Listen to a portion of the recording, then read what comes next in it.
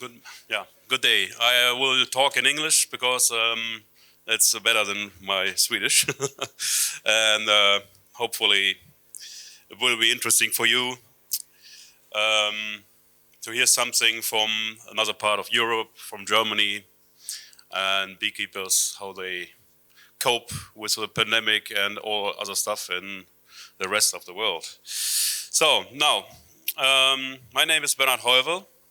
I'm a professional beekeeper myself, and thank you. Oh no, good idea, but I put it on the other side. I like my laptop. And yes, I'm a professional beekeeper. This is my daughter Johanna, and we have a family business.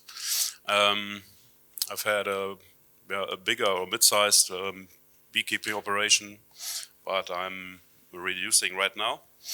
Um, where to start? I'm also the vice president of the German Professional Beekeeper Association and the European Professional Beekeeping Association. So, and in this function, I greet you or send you the greetings from the EPBA, and very special greetings because Sweden was one of the founders of the EPBA, and without them there would be no EPBA. So very special greetings to Sweden. Yeah, yeah, the founding member is right here. Yeah, please stand up. Please stand up. A very special applause for the founding members of the EPBAs.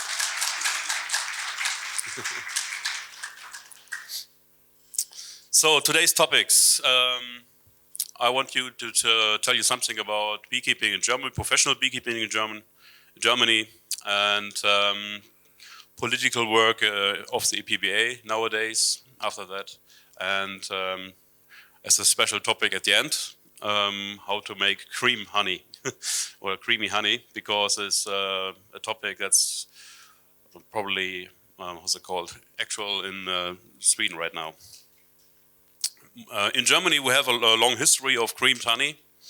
We did it for a long time, and most of the customers like creamed honey more than the liquid one. And also, it's harder to make fraud honey, like false honey. It's easier to make a fraud honey from liquid than the cream. So it's another thing. Oh, I'm switching back from German to Swedish to English, so I'm a bit confused right now. But no. So I came all the way up from the center, almost the center of Germany, up to Sweden right now, and this is where we are located right now. 2 years ago or 1 year ago, I was more in the west of Germany with my business, with my beekeeping business. But I moved recently from 40 meter above sea level to 740 meter above sea level, like in the mountains and into the woods. And before I was keeping bees from the south, very south, up to the north and to the east. So I was traveling and migrating bees all over Germany, essentially. I will tell you a little about my beekeeping business because I have a lot of pictures of it, and so you can get some impressions of beekeeping in Germany. And we only have about 80 full-time professional beekeepers and a lot of sideliners. Sideliners that are serious with about 200 beehives. Most of them have about 100, 150 beehives. But I think the biggest company has 6,000, 7,000 hives, but I'm not sure. But what I'm sure of about some have 2,000 to 3,000 beehives, bee colonies. That are the bigger companies. So this is some pictures and impressions I have to go through in a fast manner. If you think you have to stop me, please stop me. Just raise your hand and say, I want to know more about it. And if I'm just going too much into the detail, stop me also and say, fast forward. So ask questions within when I'm presenting, please. No problem. How much time have it, Thomas? 1 hour or?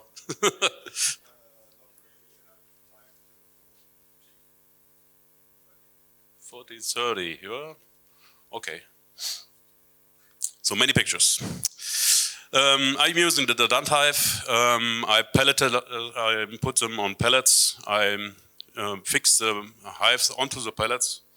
I don't have to use many straps to move the hives and migrate the hives. So usually you strap the bodies, the hive bodies, to the pellet, and then you need to put another strap to fix it on a trailer. Because I've screwed the pellet to the bottom and the bottom to the hive body, I only use or I only need 4 straps for 50 hives. And because they are pelletized, I can use a forklift to pick them up and put them on a trailer very fast. So for 50 hives, I think need about 10 to 15 minutes to get them all on the trailer. And then I can strap them and I'm off. If you do this with a wheelbarrow, you are about 2 hours or something like that. So it's very efficient to do that way. Some impressions, as I said, I'm using a pickup with a forklift on the back and a long trailer. I'm also using a lot of sort of trucks and other forklifts to move them. And yes, that's just some impressions. Where I came from initially, in the west of Germany, it's very, very flat. So you can go anywhere there. I built up my company as a sideliner first, so I had 100 hives for a couple of years, and then I quit my old job. I was what's it called? Not accountant, something with financing. Yeah, of course, I quit the old job. It was not my favorite. My father was a professional hunter. I don't know if you have such a thing in Sweden, but we have it in Germany. And I grew up very wild and was on the outdoor, and I wanted to go back there when my daughter was born. So I built it up from the very ground, and it was a lot of work. Did most of it myself to save money. Had a lot of hives and I need a lot of equipment. I made a lot of honey for a couple of years. And yes, it's very, yeah, it's also some pictures. This is the sorts and types of honey. We have canola or rape honey mostly, but also linden, acacia honey, and all such stuff. We have a lot of special honeys in Germany. And especially that one is very, very good in combination with Lind honey. It's very nice. It makes a lot of honey. So some pictures again. This is in the fruit, like cherries, apples, pears, and something like that. This is hagdorn, which produces a lot of honey in Germany, at least. It's very interesting, and of course, it's dandelion honey that we also produce a lot. And the wildflowers in the mountains where I moved to right now, we have a lot of wildflowers, thyme honey and salvia honey and such sorts of things. And of course in the Schwarzwald and Black Forest in the south, we have a lot of, how's it called, the dark honey, yeah, from the lice, that one. It's very, very dark. So made a lot of honey. And it's a family business, and also I did a lot of queens. I sold a couple of thousand of queens a year. I produced them myself with my wife. And yes, it was the second income for the business. It was first honey, second production of honeybee queens. And yeah, we created some special techniques like weighing the newborn queens, because the weight of the freshly emerged queen, you can see the quality of the queen, the physical quality. Not the genetic quality, but the physical. Because if they have a lot more than 220 milligrams of weight, their physics are various and something they are very fully established or fully grown. If they're below a certain amount of weight, the quality is very low, or you can't use them. They will lay eggs if they are below 220 milligrams, but they won't live for 5 years or something like that. And they won't lay eggs all the time throughout the years.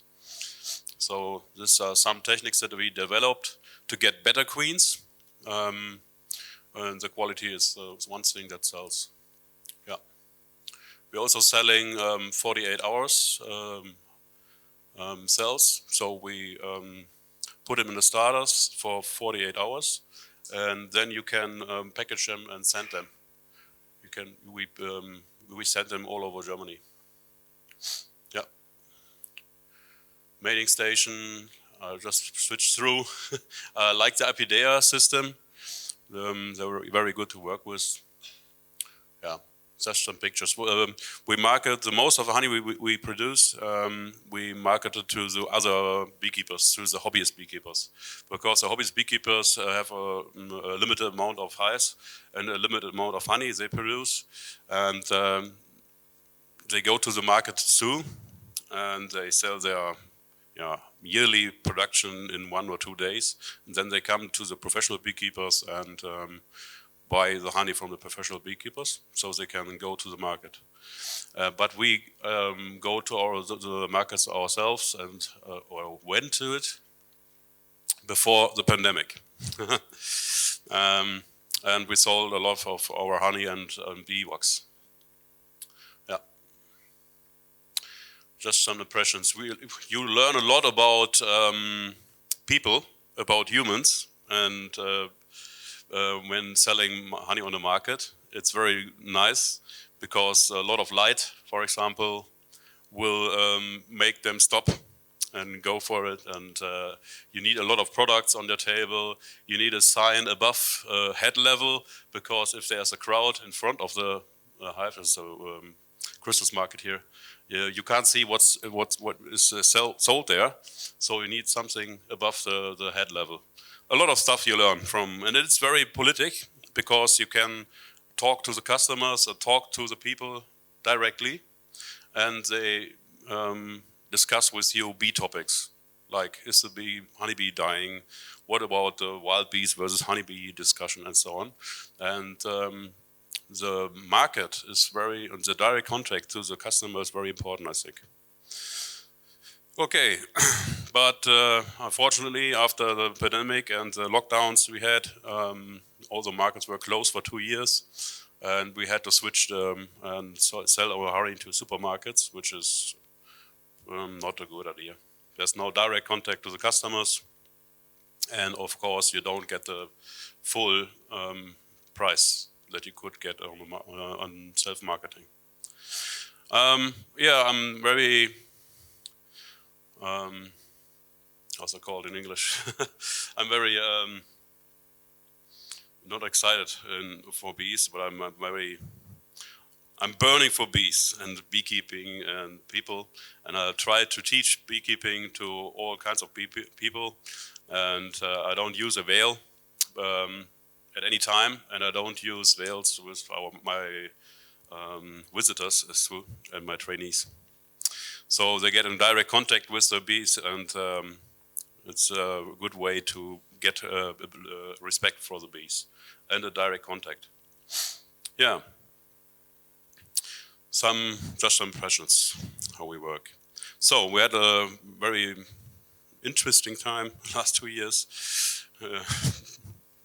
And it's not only the lockdowns that we had, it's also the inflation, which makes beekeeping in Germany, at least, not very profitable. So what comes next? For example, we have a lot of big jumps in prices for all the stuff you need for beekeeping. For honey jars, it went up 5 times, and 40% in total with all other stuff. Diesel went up. So for me, it was not possible to produce honey economically. You can't do this because you can't produce honey for 7 or 8 euros a kilogram, and the supermarket and all other bigger packers want to pay you 3 or 4 euros. So half of the production costs. You can't survive on that. So I had to raise the price for the 500-gram honey jars, and the sales dropped 50% immediately. So it doesn't help. You can't really produce. So that was a problem, and I had a lot of time during the lockdowns to think about it, and also our personal circumstances made us moving to another location, which I said. We moved to the center of Germany, and which has some advantages for us. It's a cold, because the cold kills a lot of germs, kills a lot of pests, like the Asian hornet that is invading Germany right now. Also, the location is more to the center of Germany, and I can go east, west, north, south to harvest honey and to have shorter distances to travel with my bees, to migrate bees. And also we have a new income source, is tourism, because we bought a pension and my wife is running the pension now. So we have a second income, which helps to survive. Right now we are not doing the aesthetic, but we need to survive financially and economically. So we had to do something. And I think it's a situation for a lot of beekeepers. And some beekeepers do the same thing like before the pandemic and before inflation. And a lot of beekeepers will run out of the financials and will ruin themselves. And we have a suicide of a professional beekeeper. We are only 80. Every year, 1 or 2. Since years. Every year, 1. You run out of money. If you don't have money, the family is breaking apart. If the family and the money is away, the family breaks apart. You get very in trouble if you don't look into the economical beekeeping. So we decided to do something before it all runs out, and that's what we did. We also are reducing and reduce the number of bee colonies we keep, because we don't want to migrate bees anymore from the south to the north. So what's it called? Yeah. Before I was traveling right now to the Freiburg and Schwarzwald region, to the Black Forest, and back there. I don't want to do this anymore because the diesel prices are so high that you can't afford to migrate bees anymore. It's too costly. So I decided to do just shorter distances from here to here, more probably here or here, but not really. I want to go to fixed bee yards that are not migrated anymore. It has another aspect on it, is the CO2 level, and that's what we did. Also, we did a smaller glass, because the people who buy honey have only a certain amount of budget, like 100 euro. You go in the supermarket and you buy your stuff for the 100 euro you have. The people only have that certain budget, and I reduced the size of the honey glass to offer them the same price and for the same budget they have right now. Is that understandable? Yeah, I hope. That's the new glass. Yeah, and a lot of cold we have there. And as I said, we have a new pests coming. like the Topilelabs mite or the Asian hornet that is coming our way. And I hope that the cold will be a remedy for a lot of things. And where we live now, we have a lot of snow. I can show you, this was in November. We had that snow for 3 weeks. So we have a lot of cold up there where I live now. So this is a new location that I now have, and yeah, I reduce everything. I get rid of the big trucks, working with smaller trailers, working with smaller trucks, and not moving anymore much, or don't do any migration.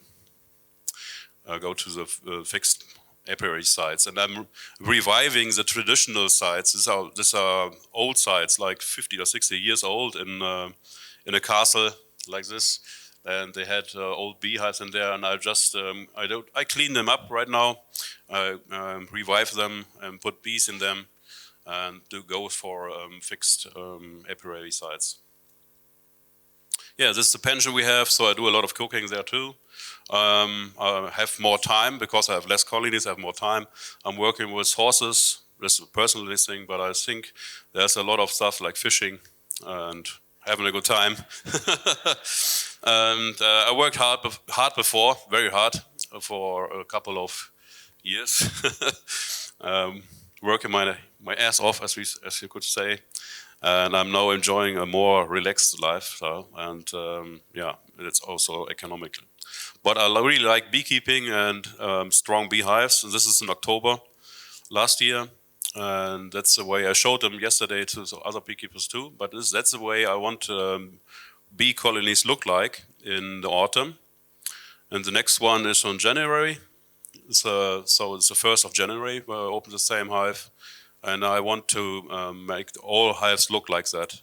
And it's not it's no magic or something like that. It is just proper beekeeping. But I want to keep all of my hives that way. That's in February right now, a couple of weeks, 2 weeks ago, yes. So that's the way they should look like. That's the way I like beekeeping, and that's the way I want to share with other beekeepers. And I think that is very important to keep the beehives very strong and very healthy for the coming years, because we have a climate change, we have less nectar, we have more pathogens like viruses and new mites coming our way, and you can't treat them all the time, but you can raise the healthiness of the beehives. They must be self-sustainable, the bees, and you need to make them very, very healthy and strong.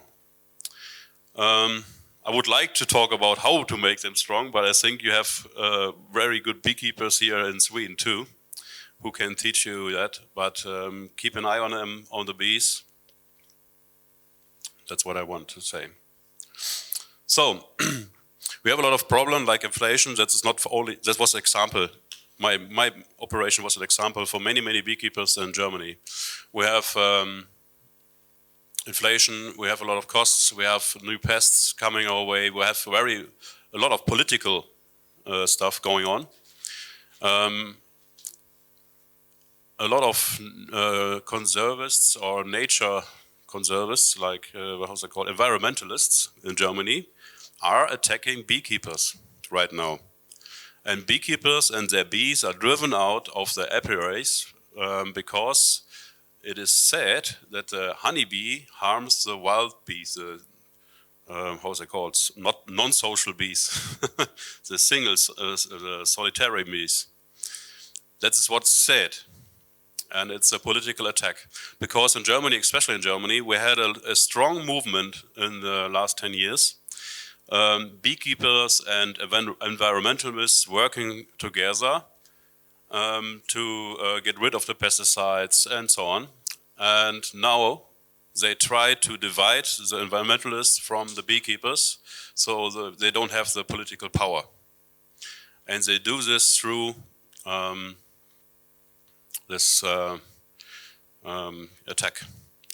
and this narrative. They say, they tell you the honeybee harms the solitary bees, but it's not right, as we know as beekeepers. Yeah, so, but the main problems are the inflation and of course imported honey, because as we heard right now from Ukraine, you have €2 or €3 per kilogram honey, and we are producing honey for €7 right now, and you can't beat that. That's a real problem.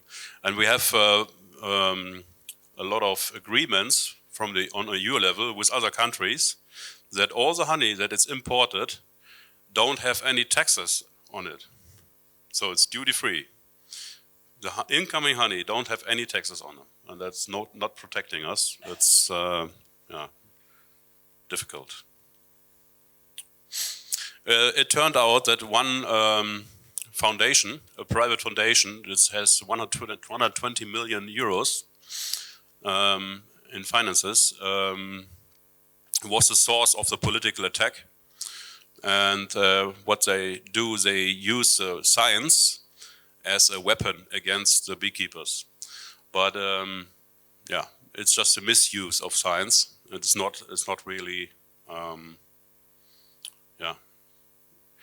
The papers and studies don't show clearly that the bees are harming solitary bees. That is not the case. But they do say this, and they put up a narrative, and this is just a political attack. But the result is that we are driven away and forbidden in natural reserves, in the forest, or in the, what's it called? Yeah, the communal land, and we are driven out. We are kicked out right now, more and more and more, from all places. We don't have anywhere to go with our bees. Like the Black Forest, which is the famous, or the Lüneburger Heide, is a natural reserve. We are going to be kicked out from there. We are kicked out from cities and everywhere. And it's the same in France and many other European countries right now. Also, we have the Vespa Volatina right now in Germany. I have to speed up a little. I was in Karlsruhe, and when we removed a hornet nest in 2018, also some years ago. The hornet that is attacking honeybee colonies is a pest for the honeybee. You can easily see them because they are very black and have left legs. And they were smaller as the German or the European hornet. They're smaller, actually smaller. But the nests are gigantic. And they are living way up in high trees, like 20 to 30 meters high above the ground. Big nests. You can't see them during the summertime, because if there's leaves on the tree, you look up against the sky, you don't see them. But in autumn you can see them and spot them up in the trees. But then it's too late, because they also already reproduce themselves, and they are producing about 500 young queens from one colony. And they're about 30 kilos heavy. You see the dimensions. I just switched through. These are the outbreaks right now. So this was in 2018, and this is 2023. So this year we have it all the way up the Rhine River, and also in Hamburg and other places in Germany, but there's single cases, and it went up to South England too. So it's working its way up north. Yeah, you can't find them in the summertime. What they do in the Netherlands right now, they are looking for them with drones and thermal cameras to spot them in the tree tops. As I said, they're very black. That's why they are called nigrithorax, because they are very blackish, and they have those very yellow, bright yellow legs. Also, they are flying like a colibri on one start. The hovering. It's what we found in Karlsruhe in 2018 were 360 young queens. This was in October. So a nest around produces around 500 young queens a year. And what they do is they attack bee colonies directly. If you have small colonies or small mating colonies or splits, like 1 or 2 comb splits, they attack them and they just kill those small beehives. Also, the bigger beehives and bigger bee colonies are under attack too, and they stop moving. They stop flying. They stop flying out for nectar, for pollen. They're just at home and sitting in front of the entrances and don't go out anymore, which harms the stronger beehives too. It's better to have an apiary with a lot of beehives because you have a lot of bees in the air and they attack the hornets in the air. But if you have only 4 hives in the apiary, they are endangered by the hornet. Yeah, just some pictures. We called as a fire department has a special unit for hornet removal, and we use CO2 extinguishers to first freeze them and then kill them with some poison, with an insecticide. So we went up there, all the way up there, and the hornets, they came out of the holes here and they were covering the nest. They're not very aggressive. They're not aggressive. They're just sitting on their nest. If you would shake them or touch them, they would attack, but they don't jump at you. They just sit on the nest there. So, just an impression. This was cut out and killed and brought to a museum for further scientific research. Just to give you an impression about it. Oh, that's it. Empty fall. Questions, or you can ask questions in between. The next disaster coming is the Tropilelaps. It's a new mite. The Tropilelaps is on the way to Europe right now. It reached the border of Europe with Turkey. And yeah, will be a problem in about 1 or 2 years in our region, I guess. Because it's moving very fast. This is the way it already did to the border of Turkey in 2 years. So it needed 2 years to get there. And if you compare this to the history of the same way from the varroa mite, it needed 20 years. The same distance from here to there to the border was 20 years that the Tropilelaps mite did in 2 years. So, of course, we have a new world. We have more stuff coming from China through the new Silk Road to Europe. But I also think that it's much more aggressive because that mite is not adapted to the honeybee like the varroa mite is. It's a third of it's much smaller, much more active, and it bites young larvae on all larvae stages. So they bite young larvae, they bite older larvae, and they bite on multiple locations on the larvae, doing multiple harm on each larvae. So it's very interesting, very, yeah, wild. Yeah. It also will lead to more viruses, I guess, because if they bite on multiple parts of the young bee larvae, there are more entrances and more into the body of the bee, and it will, as you can see, it's stained here. There's all the bite marks of the on the larvae done by the mite, and that will produce more viruses in the beehives. It's very wild. And those bites will harm, and as you can see, it doesn't grow right. It will lead to disabled bees. And because they jump on all possible larvae stages on the very 1 day, 2 day, 3 day larvae, and they don't go into the capped cells like the voromite, they bite whatever they can reach multiple times. It will be very interesting. So that was a tropimite. There are other things like the hive beetle and so on, and more new viruses, new bacteria. There's a lot of stuff coming, and that's what I said before.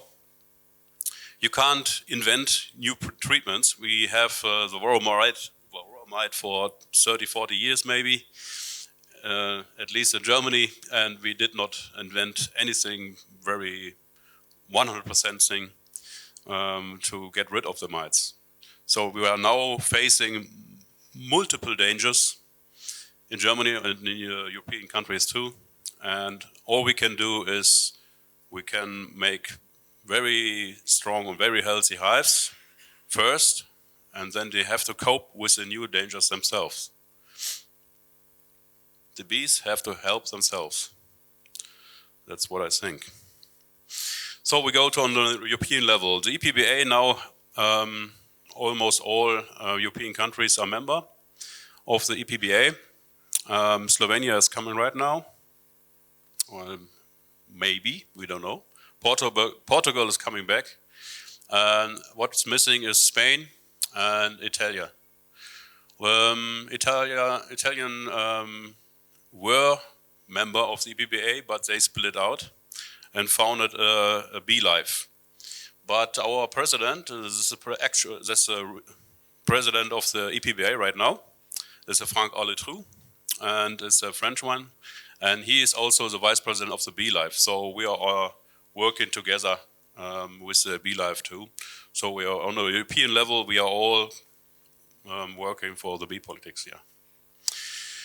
Yeah, what we do a lot of consultations. So you can only influence what the EU is doing by consultation. You are asked as a professional, what's your opinion on this, on this, on this? And we have a lot of topics that we are asked for, and where we do a position paper, and that's a lot of paperwork. We're writing letters to the Commission or to the Parliament. We have with beeswax, with breeding techniques, with duties and so on. There's a lot of stuff that we are doing right now. Also with EFCA, there's how's it called? Lebensmittelbehörde. Food safety. It's a food safety authority on the European level. We're working there. Yeah. Also with the scientific world, we are partners, and I also are involved in the digital beekeeping projects that there are. Like we have smart glasses where your data of the beehive is projected into your vision, like all the data you have collected for this beehive. We use this data. We use sensors to produce data. Also, we are making by speech this. When beekeeping or when you work on the beehives, you don't have time to write down things. Also, this stuff is sticky. If you have a mobile phone or try to scan or something, it's not possible. So because it needs too much time. When I'm working and I'm doing 100 hives a day, I'm checking 100 hives a day, and I need 1 more minute for one hive just for documentation. That's 100 minutes more work per day. That's 2 hours. You can't do this. So the documentation lacks. So we said we need a glass, and I have to speech to text it what I want to document. And this is input by the beekeeper. So we have input by the sensors like temperature sensor, rain sensor, and so on. This is non-controlled data. This is controlled data input by the beekeeper, and we combine this to make a key, a primary key. And the primary key we want to use to start a blockchain, because we have a lot of trouble with fraud honey, like false honey. And to fight the fraud honey, we want to make a blockchain technology to verify that this honey is coming from you. Because right now, the importers go and buy 1 ton of real honey. And they have the papers for 1 ton of honey. And then they buy 5 tons of fraud honey and sell 1 ton by ton the fraud honey with the paperwork from the original good honey. And we want to prevent that by doing some digital beekeeping. Yep.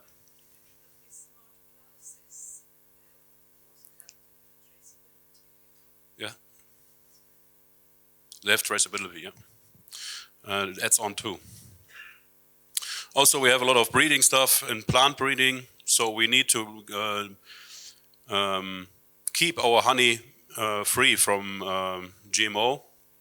In Germany, at least, it's forbidden to sell honey that is there's pollen in it with GMO plants. We had cases in the past where we found GMO pollen in German honey, and the beekeeper had to destroy all of his honey of the year. And before that, it was not clear who is coming up for the damage that is done. And that is on the European level, we are looking for this too. Also, we are helping the Ukrainian beekeepers right now, the professional ones. They lose their apiaries, they lose their business, their companies, and they're fleeing, and their family fleeing here to Germany or to Europe. And we try to get them full-time jobs. So if anyone knows an Ukrainian beekeeper who wants to work in Germany or in Europe, you can tell me and I will forward it to the companies. So we have, all the stuff that is told that we have in Germany. The same problems are all around in Europe too. We have droughts, we have a lot of rain and flooding, and we have a lot of honey harvest reduction in the last years. So it's not easy to keep bees in Europe anymore.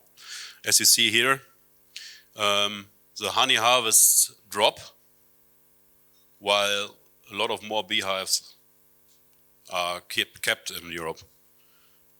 That's not good. Especially when there's inflation. It's a big problem for all professional beekeepers. We probably jump into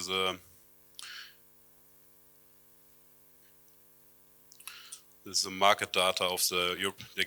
There's a honey market data presentation by the European Commission every year. The data is not always actual, but it's that. We have, as said, right now 20 million beehives in Europe. There's a huge increase in EL. I don't know what EL is. I thought it was Estland, but Estland is EE, no? It's separate Estland. But what I know is there's another big increase here, 172% in Ireland. That's interesting. Much more beekeeper, much more beehives in Ireland. What do you think where this comes from? Yes, it was the exit, the Brexit, the exit of the UK. And every year there are thousands, 100,000 of beehives or bee swarms coming from Italy in the south of Europe up into the north, and especially to the UK. So the border were closed, so no bee swarms, no, how's it called? Not swarms. Thomas, help me. Package bees, package bees, that's what I'm looking for. So a lot of package bees are coming from the south to the north, to Germany, to Sweden, to everywhere, but to the UK too. And the border to the UK was closed, and the border to Ireland was only half closed. So Ireland was swamped and flooded with package bees coming to Ireland and then going to into UK. So that is why they almost doubled their number of beehives. They take the package bees, shake them down into hives. They then sell the original, the real Ireland bees to UK to replace losses. That's a problem, I think. So, but the overall number of beehives rises while the production is lower and lower and lower. China is now the biggest producer of honey, followed by Argentina and EU. But China also stopped exports a couple of years ago, and also imports. The Russian beekeepers were selling a lot of honey, Russian honey, to China. And before the war started, 2 years ago, or 3 years ago, really, China stopped importing of Russian honey and exporting too. So that one is closed down. Why they're doing it, I don't know.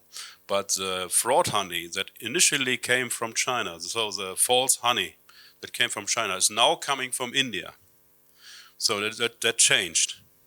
The honey now, the fraud honey, the false honey comes from India right now, is moved to Mexico. Mexico and Ukraine was a proxy. So from there, the Mexican and the Ukrainian honey was sold into the EU or into North America. And this changed last years ago. And they're going to use, how's it called, India as a producer.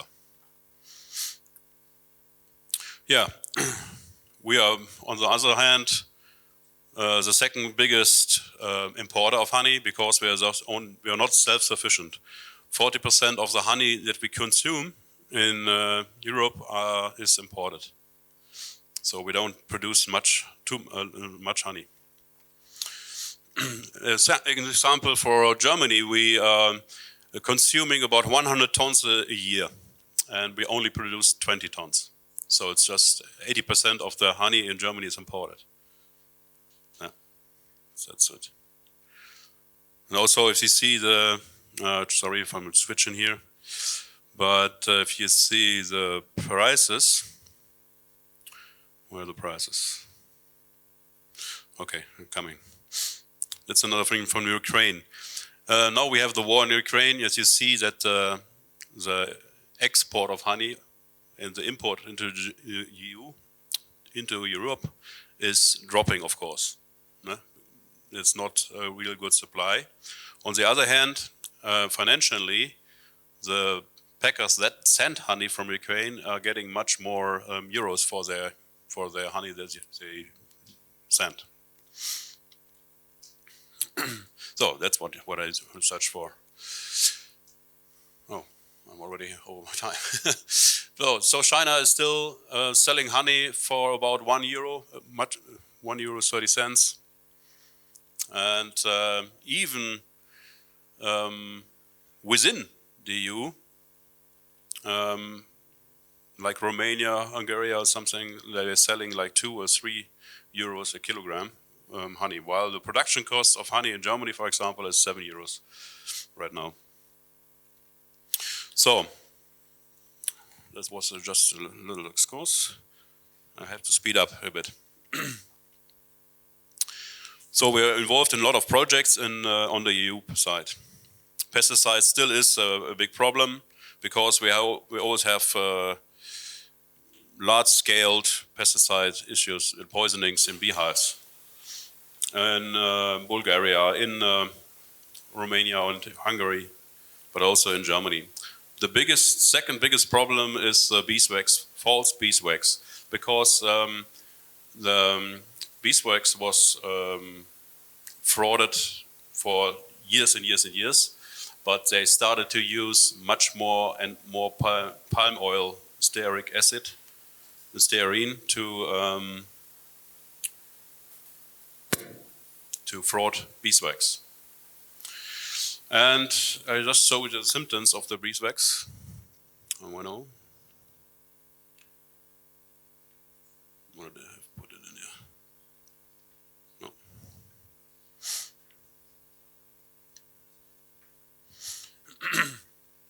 No. Because the stearine acid is killing bee larvae. And there's a lot of stuff coming in. 50 tons per year of fraud beeswax is coming into Europe for a couple of years. So we have a lot of problems because this is killing bees. You can easily see, if you see those spotty combs, you have fraud beeswax with stearine acid. Also, you see that the larvae is the egg. There's a round larvae, different stages of ages, in just mixed and muddled up. That's a problem because those larvae die. They were removed by the bees, and the queen lays a new egg in it, and you have this mixed and muddled up picture. And it really kills beehives. Only 2 to 3% you need of fraud beeswax in your hives, and the hive will die. And we have a lot of losses all throughout Germany and all throughout Europe, and even in especially organic beekeepers, because for the fraud industry, for the criminals, it's much better to sell the fraud honey in organic for organic prices, because there's a lot of more money in it. In Germany, you get about 16 euros for a kilogram of beeswax if it's conventional, normal beeswax. But if you sell it as organic beeswax, you get 30 to 40 to 50 euros per kilogram. And they can make much more money out of the fraud beeswax when they sell it to the organic beekeeping community. That's how it looked like.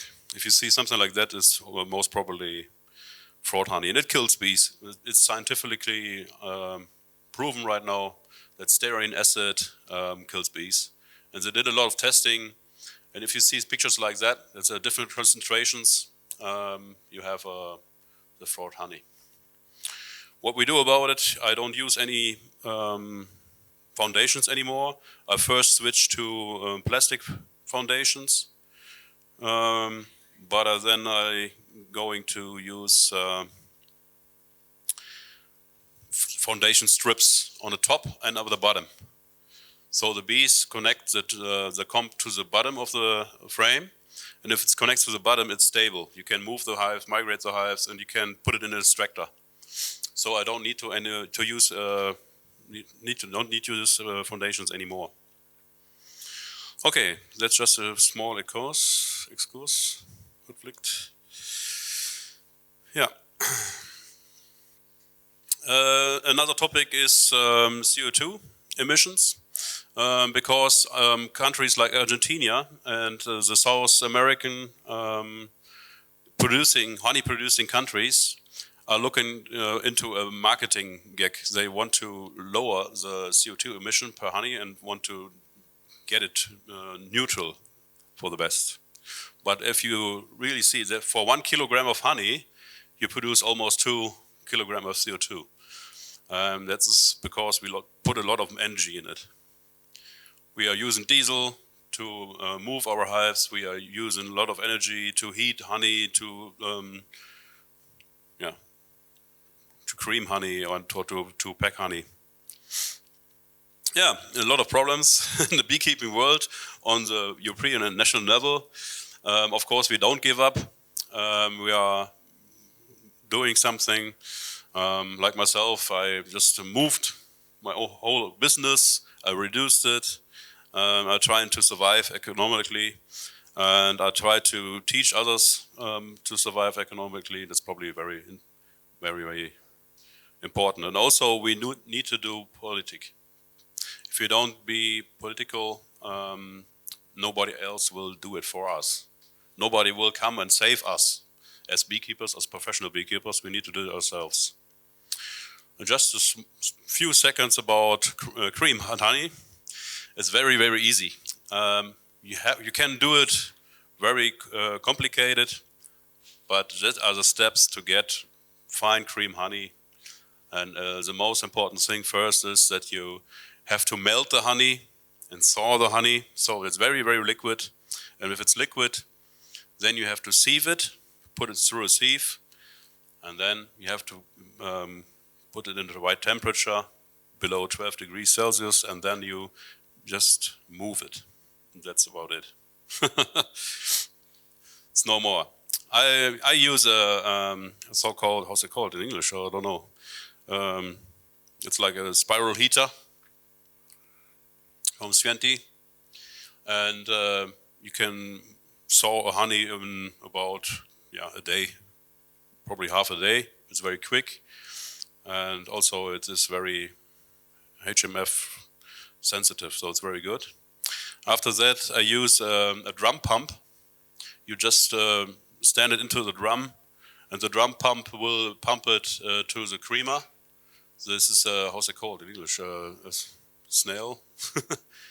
This is the lower end of the pump. Also Schneckengetriebe in German. How's that called? Yeah. Well, first it's pumping, and you simply put it through a sieve, the honey, and that's it. And the pump is very handy because you don't have to move the honey. No? You just use the original drum to melt the honey, to thaw the honey. You then put the drum pump into it, and it pumps the honey into the creamer. The creamer is not stirring and not whirling the honey. It is very slowly moving the honey. And you don't need to, better don't use spiral, what's it called, stirrers. The honey has to be moved just slightly, very slow. If it's slower, the better it gets. And this is a vertical, so it doesn't whirl around the honey, but just keep it in movement. Very slow for 1, 2, 3 days, and then it's very, very creamy. The good thing about the pump is, about the drum pump, Fasspumpe auf Deutsch, in German, the drum pump also pumps creamed honey. So if it's ready to pack and to fill, you pump the creamed honey into the whatever you want to. And that's it. So just 4 steps. You thaw it, you melt it, and then you sieve it, and then you keep it in movement. That's about it. So my English was bad today because I was switching between English, Swedish, and German back and forth. I couldn't get it into flow, but hopefully it was very interesting.